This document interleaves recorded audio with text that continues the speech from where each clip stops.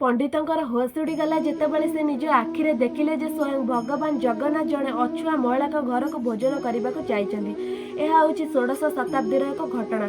ओडिशार एक छोट गाँव में कर्माबाई नामक जड़े महिला रोते। समाज अछुआ कही मंदिर द्वार देशर दूरे रखुला।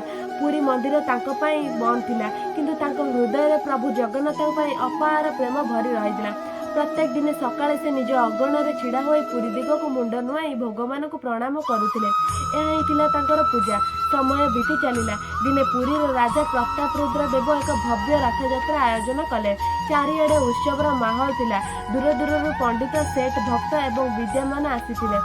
भगवान नाना प्रकार सुस्वादु भोजन पकवान तैयारी करागला, किंतु सेही दिन भगवान जगन्नाथ कौन भोजन ग्रहण कले नहीं। थाली गुड़िक जमीती रखा जाइतिला सेमिति रहीगला।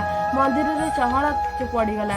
पंडित माने बेश राजा चिंतित एवं समग्र पुरी नगर भयभीत हो उठिला। से दिन राति पंडित को स्वप्नदशा है।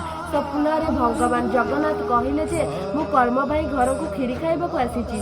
जे पर्यंत सेठारु न फेरी एठाकर कौन भोजन ग्रहण करी ना। सकाळ हेबा मात्रे एही खबर निया परी खेलीगला। राजा पंडित भक्त माने कर्मबाई गाँव को दौड़िले। जितेबाला सेमाने तांको कुड़िया पाखरे पहुँचिले, सेमानक आखि आश्चर्य खुशी होईगला।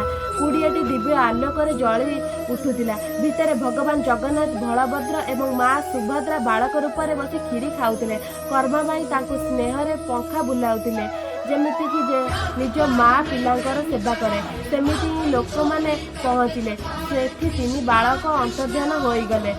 कुड़ियाटी पुणी थे साधारण होईगला, किंतु